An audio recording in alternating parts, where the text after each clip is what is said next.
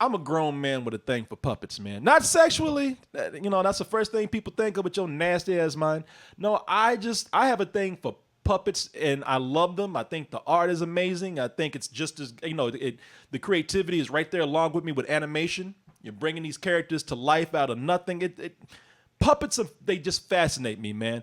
I came to grips with that, having to admit to the world that I'm a grown man who loves puppets. I kept that inside for a long time. Why is that okay? But you put out a video talking about how you wanted to fuck Bugs Bunny and drag. Why was that less shameful for you than just admitting you like the puppets? My priorities are fucked up. I never tried to hide that.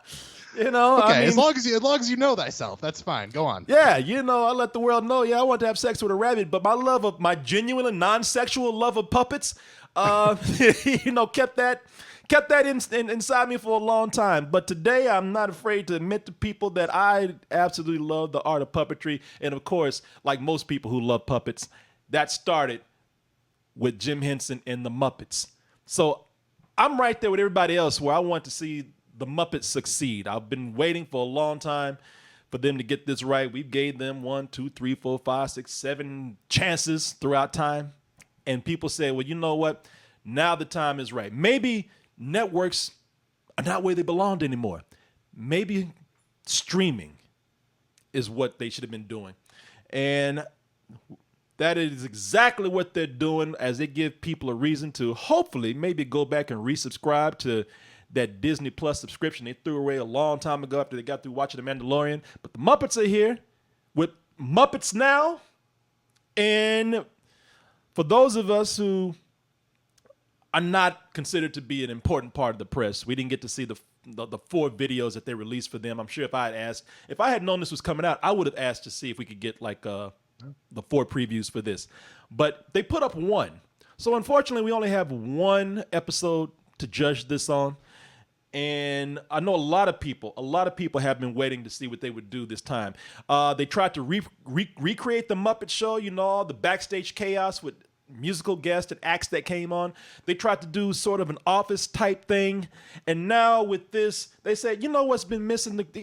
The reason why they haven't worked is because the kids just haven't been interested in what they're doing, because they're not hip and cool anymore, man. But this time the kids can relate. This time the youth, they can get into this because now the Muppets are YouTubers. Gorgeous, by the way. I wasn't fishing, but I'll take it. We've been waiting for the Muppets to get it right for some time. You got a look on your face, Christian, that I cannot read right now.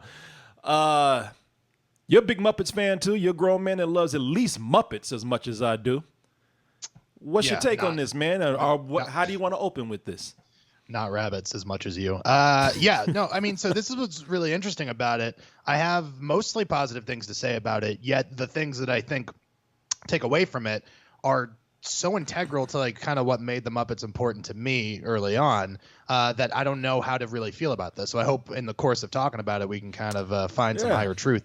I think that they definitely figured out the way to kind of tell the language of today's youth by using the framing device. You can tell right off the bat that these things have been produced in isolation, during quarantine. There's not a bunch of scenes where there's a bunch of Muppets all together with the exception of one.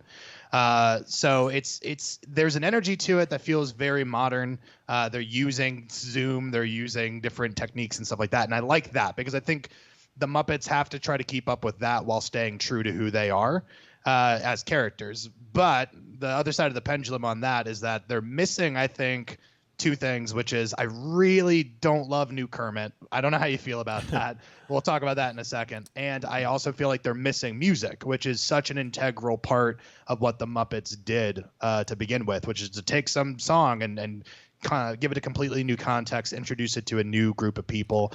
That was sorely missing in the first episode. Aside from that, I really liked the humor. I really liked everything about it. What are you thinking about it, Coleman?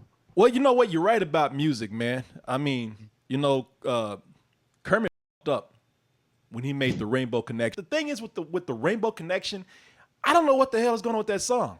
That song is kind of a happy song. It's supposed to be hopeful, but for some reason, I don't know why it brings tears to my eyes if I listen to this for too long. The lovers, the dreamers, and me.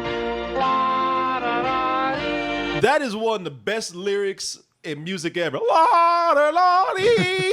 That is a lyric. That's not, that's not a sound. La da da dee. Music was such a big part of the Muppet Show. And it was either with the Muppets themselves or the music, because they constantly had musical guests on. But even the musical numbers with the Muppets themselves were pretty great, man. Even the ones that weren't even like big classics. Like I consider Dr. Teeth and Electric Mayhem. That's a legit band. You know what I'm saying? Some of the things that they did, the musical numbers, along with some of the obvious details that were off, that made them so lovable, man, and so endearing. And so I dream a beast will join me and fill the bottom in. And way back in the distance, a horn would sound so fine. Yeah, man, it was watching the Muppets play also with music. Like, it's funny because like Scooter's little legs are not moving, but that upper body is gone, man. It was something about the life that they were given by these amazing puppeteers. And as I said, I'll go over here. As I was saying, man, Dr. Teeth and the Electric Mayhem, those motherfuckers were, that is a real band to me. That's the secret to the Muppet success. The music, the personalities, the characters. There was something that seemed, there was something that was not artificial about them at all. They were organic. They were, they were authentic, and they never broke character, or they never broke this wall of illusion that they were real people, man. And that's why I'm sad to say that I think that is what's missing from the Muppets Now. I didn't hate this. I think it's I like the way they're thinking with it, trying to make them YouTubers, trying to make them influencers, trying to make them more of this online presence. But I think this whole thing of them shooting during quarantine, and this whole thing of them not being able to interact with each other as much, that's what's missing here. I don't know, man. I mean, maybe I tell you, I don't want to throw this to you. Maybe I'm too stuck on the Muppet Show, the Muppet movie, the Great Muppet Caper.